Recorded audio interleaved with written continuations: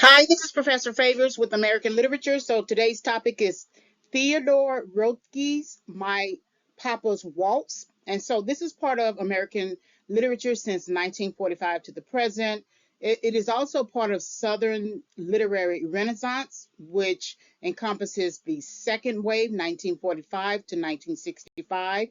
There's a introduction to postmodernism, and then there's a quick overview of confessional poetry. So this is American literature, Theodore Roethke's My Papa's Waltz. This presentation is subject to fair use. So this is Theodore Roethke, 1908 to 1963. He was one of the most influential poets of the postmodern era, a student of the modernists who ultimately outgrew their poetry. Roethke's world is filled with contrasting images of nature and industry that create a sense of hope that distinguishes him from the modernists, and a sense of insecurity that seems aptly suited to the middle years of the 20th century. The winner of the Pulitzer Prize for Poetry and two National Book Awards, Roethke is frequently remembered as a teacher, and the work of his own students often obscured the work of the master. The centenary of Roethke's birth in 2008, however, brought renewed attention to his poetic career. So, about My Papa's Waltz, which was published in 1948. So, this selection takes us from the world of hot houses into the hot and enclosed houses of American life. Much like the young plant struggling to grow in cuttings, the young boy in My Papa's Waltz struggles to grow in his own home environment. Arranged in broken three-quarter time, My Papa's Waltz evokes contrasting images of playful roughhousing and domestic abuse. These contrasting images often lead to heated discussions among readers who are divided by their interpretations of this poem as one of joyous abandon and one of repeated brutality. Just what is the nature of this waltz that the boy and his father engage in, and how can it be wondrous if the mother's gaze is so disapproving?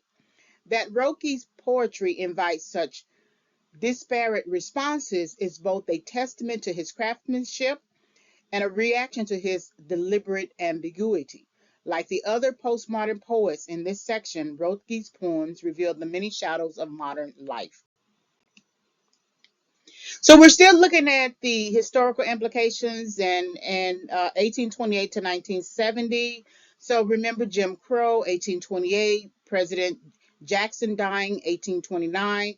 Don't forget the anti-slavery sentiment of 1830, Nat Turner's revolt, slavery debates, Oberlin College enrolling female students, Florida, Texas becoming states, Mexican-American War, Fugitive Slave Act, Dred Scott v. Sanford decision.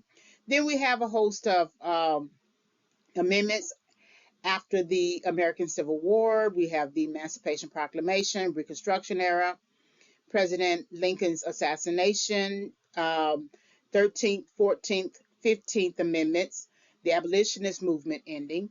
And the reason why, again, that we go over this is because even though we can have abolition of slavery ending, or abolition of slavery just in general, you still have people with a mindset that believes that slavery is necessary. And so even in a post emancipation era, reconstruction era, you're still having to contend with certain ideas. That's why even in the midst of the industrial revolution, you can still have Jim Crow laws. You can still have the Separate Car Act.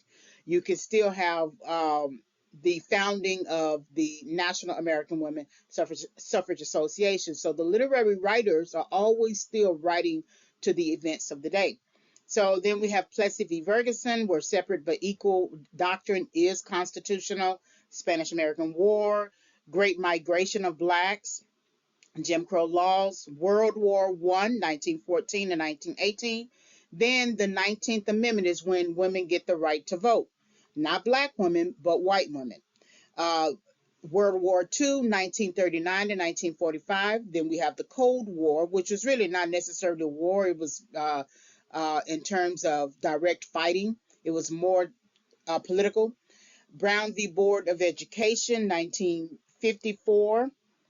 And then our new listing here, our new historical implication is President John F. Kennedy's assassination, which was 1963. So let's not forget the Jim Crow timeline with Thomas Dartmouth Rice creating the Jim Crow character, the 13th Amendment abolishing slavery. We have a particular case where states cannot prohibit segregation on carriers, the Supreme Court declaring the Civil Rights Act of 1865 unconstitutional. Also separate, equal but separate accommodations for Louisiana State Separate Car Act. We also have the Supreme Court upholding Plessy v. Ferguson, which solidifies the Jim Crow era. Jim Crow laws expanding to segregation in different areas of life. Board of Education, Brown v. Board of Education, making separate but equal unconstitutional. And then we have a host of new legislation passed: Civil Rights Act, Voting Rights Act, Fair Housing Act, and then miscegenation laws. So let's recap modernism, since Roethke is sort of like a student of modernism, even though he wrote in the postmodern era. So modernism is a catch-all for global movement. It is literature that responded to the wars of the period. Writers felt betrayed by the United States.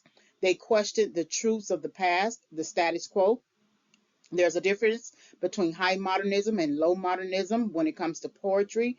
High is often considered more formal, examining how much America has changed and shifted, and low actually experimented with form.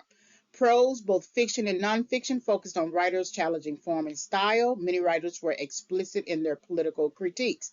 So then we had the Great Depression, giving rise to communism, women's suffrage movement, spurring feminism. Paperback books and magazines meant that writers were reaching a wider audience. Let's recap Harlem Renaissance. So 1910s to 1930s, Great Migration of African Americans, development of the Harlem neighborhood, African American culture created for or depicted in literature. The drivers were the collapse of the plantation economy, and then migratory patterns. It's important to look at the context, of course. World War I during this time, World War II, and then My Papa's Waltz is published in 1948. So here it is, 3 years after World War II, we have people coming back home, living home, going to work, and dealing with the impact of the war. So what you read in My Papa's Waltz is the sentiments of a father who has likely had to deal with war. So American literature since 1945, this includes Southern Literary Renaissance, Second Wave, Introduction to Postmodernism, and then overview of confessional poetry. So a decade after Second World War, the Second World War, and it was mainly the age of conformity, counterculture, and confessions. So American literature since 1945 is the expectation of conformity, with college-educated middle class embracing the values of the nuclear family. American literature since 1945 is the rise of counterculture, when writers began criticizing conformist culture, seeking to free literature from traditional formalism and align with improvisation in music and art. Storytellers of the Southern Renaissance resisted conformity and embraced distinctive regionality.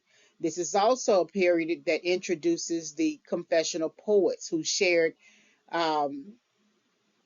disturbing details of their lives, exploring how the nuclear family could be a source of distress and how the personal situation affected perception of everyday life. And then it is also a period that represents the voices of radical feminists, conservative regionalists, and proud multiculturalists. It distinguishes between modernist and postmodernist storytellers. Lastly, it introduces the computer as being the most influential invention of the era. It's not the only one, but it's definitely the most influential. So during this time, there's this expectation of conformity, but literature is saying a different thing because there's always this idea that you have to challenge the status quo, and so you create the type of literature that's going to be counterculture or counter the status quo, and part of that is confessing what we used to keep silent. Remember, your parents usually had this idea that we don't air out our dirty laundry. We don't tell everybody our business. Well, that's completely different in this generation because everything is out in the open. So the My Papa's Waltz and Sylvia Plath's Daddy and works like those tend to embrace the confessional that we see now. All right, Southern Literary Renaissance. So until 1965, Americans lived under Jim Crow laws, disenfranchising of African Americans and keeping Black American citizens socially separate and legally inferior to white citizens. This spurred civil rights and Black power movements of the 1950s and the 1960s, led by Dr. Martin Luther King Jr. and Malcolm X, calling attention to the idea that the American dream of prosperity and equal education was not shared by many. On the world stage, the Soviet Union organized a political bloc of Eastern European nations it conquered during World War II, dedicated to Russian-led state socialism, in which the state owns all businesses and administers all social services. This is contrary to American capitalism, where individuals own all businesses. The Soviet Union began testing its own atomic bomb in 1949, which contributed to the US and the Soviet Union entering the Cold War, which represented a period of geopolitical rivalry and not necessarily direct fighting.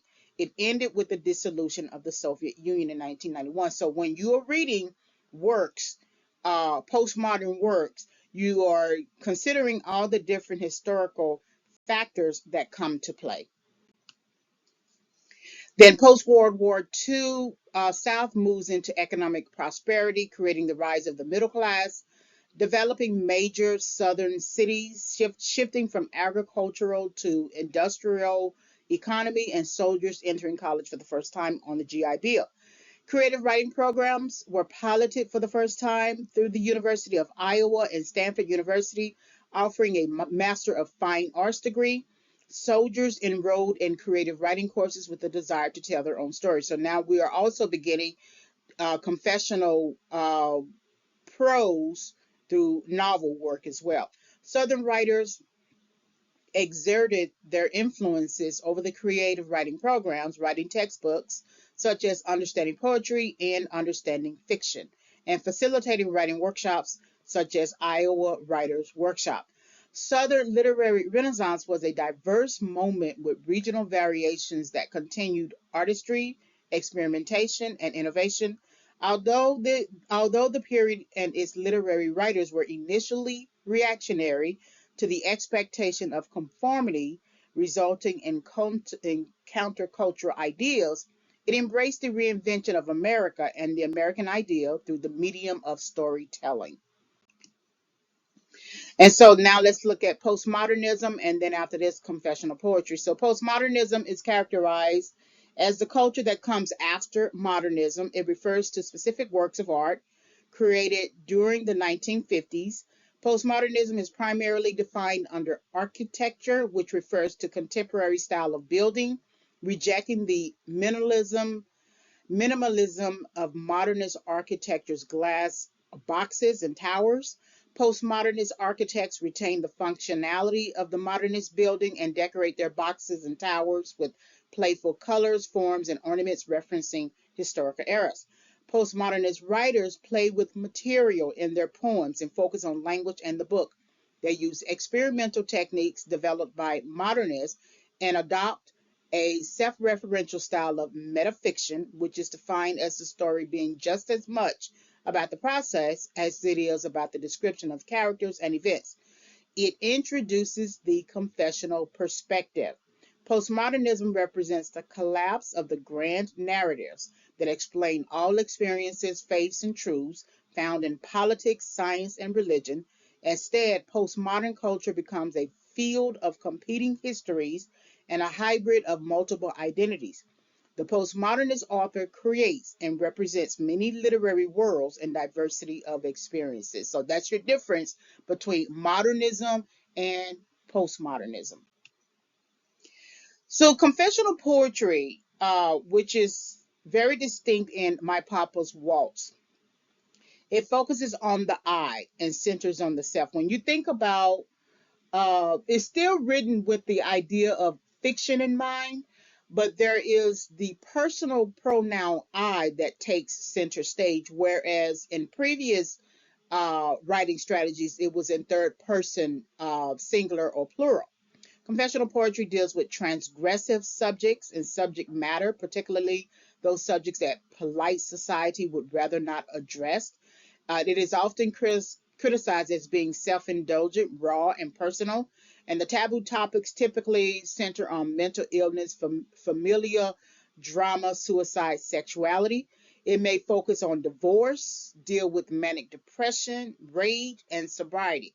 Now, in some previous aspects of this course, if you think about the yellow wallpaper, it was the speaker, there is implicit in that story narrative mental illness. That's why the main character needs to take a rest cure, or the husband diagnoses a rest cure, and somewhere in that there is the implicit nature of mental health, but it's told in such a way that it reads more fictional than it does non-fictional, even though it definitely is fictional. Confessional poetry messes with our thinking when it comes to pronoun use, because we are assuming that the writer, the poet, is speaking of himself, but it's really the narrator who is narrating the story. So now let's look at My Papa's Waltz.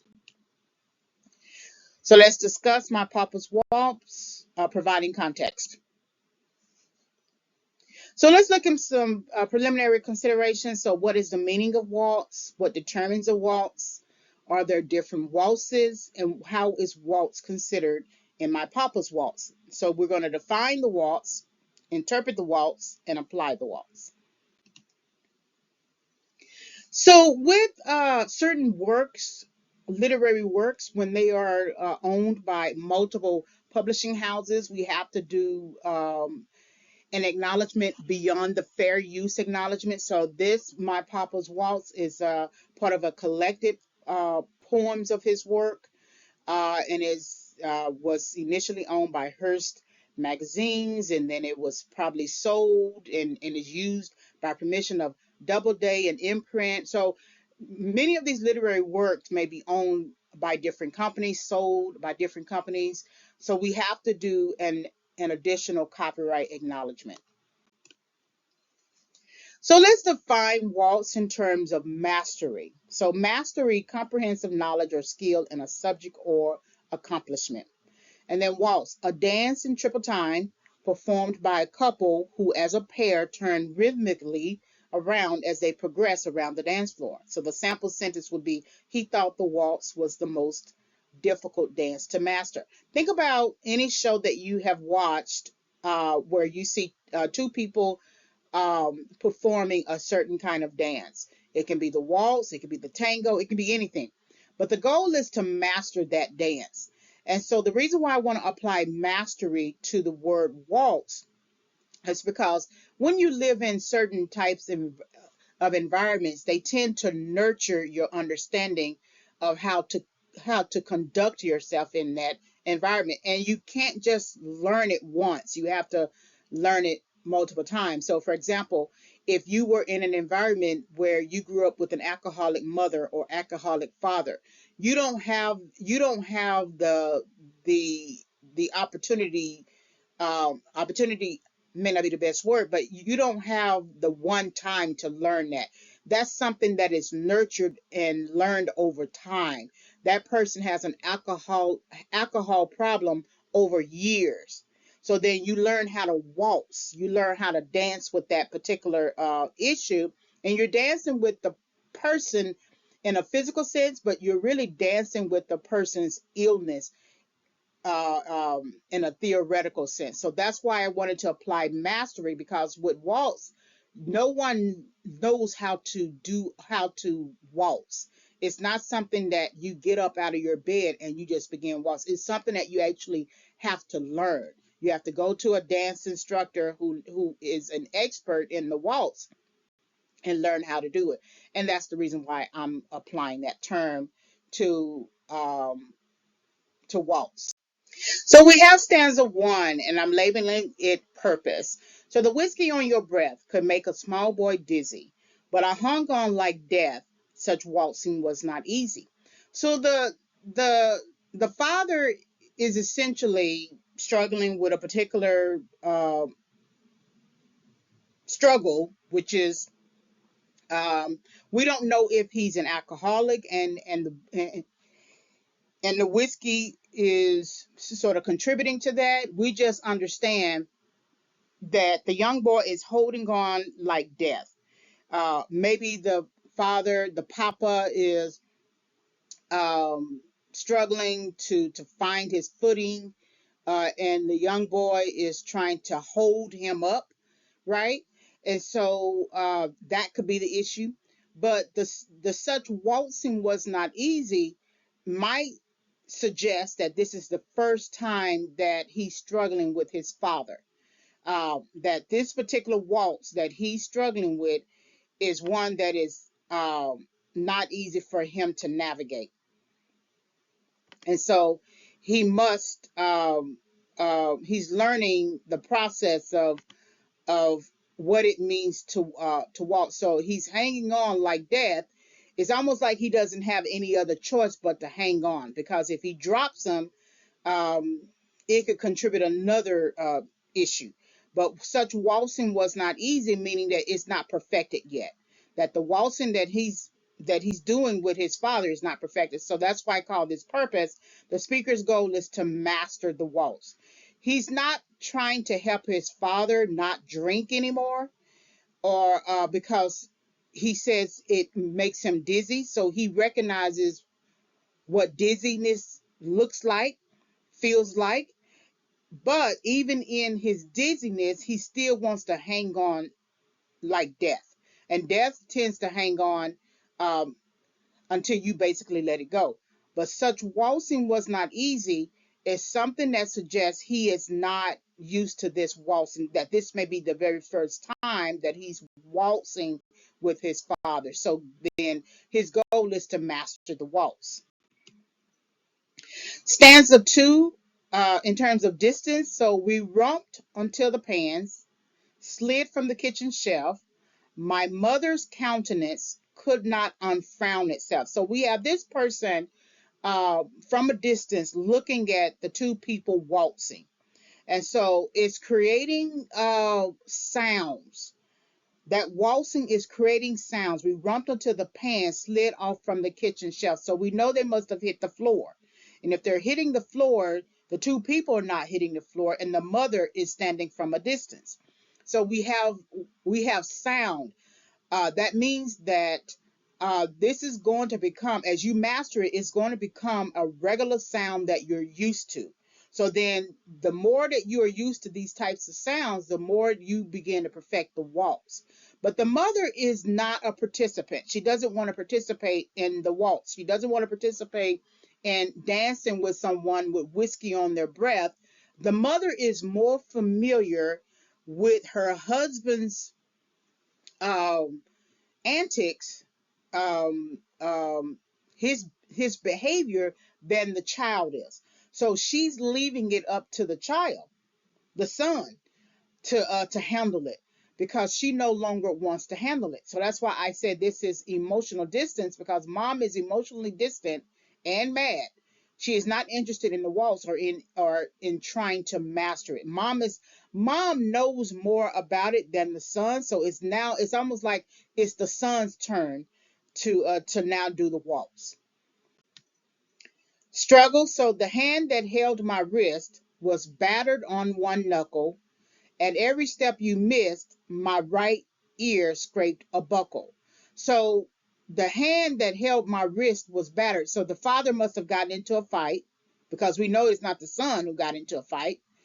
And the more he walks with him, the more he ends up almost lowering himself to hit.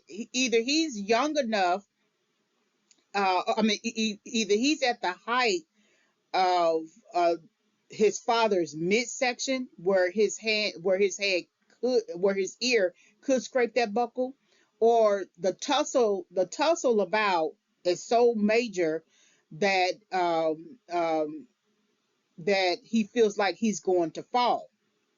So the father is used to this type of waltz, because he's gotten into fights before. Every step you missed, my right ear. So every as they are waltzing, every step they are missing, it's affecting the power dynamic. If he's if the young son is ear is scraping the buckle, that means he's lower than the father. That the waltz is no longer working. You're supposed to be eye to eye contact with the waltz or any dance, or at least head to head contact, neck to neck, head to head, chest to chest. And if his steps, the father's steps, is causing the son to buckle under the weight of the waltz, because his right ear is scraping the father's buckle. So there's a struggle with mastery here. Who is mastering who? Because uh, he's missing a step, but the son is scraping his ear. And then completion, you beat time on my head with a palm caked hard by dirt, then walks me off to bed, still clinging to your shirt. So he's clinging to his father's shirt, of course. And so the time, however long it takes to do this waltz, we don't know really how long a waltz usually takes. We're not in competition, but if you're mentioning time, somewhere there is competition, that you have to meet the time to finish the waltz. You can't do a waltz forever, right? You don't have that type of energy. You don't have that type of space. So the time that he's spending in um, um, conduct or facilitating the waltz is affecting the time that he has with his father as well. The father comes in drunk, but he also comes in as a worker. That his palm caked hard by dirt. So somewhere he must also be a worker. Then waltz me off to bed, still clinging to your shirt. So he's mastered it. The waltz is mastered. The real question is, who has mastered who? Does the father, who is still going to come in every night from work with whiskey on his breath, forcing the people in the house to do a waltz, is he the one who is mastering the waltz, or all the people, not including the mom, is the son is the son the one who is actually mastering the waltz? You never know when you are dealing with family issues, family problems. So this is my papa's waltz. All right, so the works consulted, you should find that information: Introduction to American Literature, Southern Literary Renaissance, Introduction to Postmodernism, and then Roethke's My Papa's Waltz. You should also find information about the Harlem Renaissance, Britannica entry for Jim Crow laws, glossary of literary terms, point of view, and then the Britannica entries for Plessy v. Ferguson. This is not a Harlem Renaissance work, but it has some sort of impact on what we are discussing as well. So here's some resources for Theodore Roethke. So the Poetry Foundation, biography, the Department of English at University of Washington information about his readings, and then his bibliography. All right. This is the end of the presentation. Thank you very much for listening.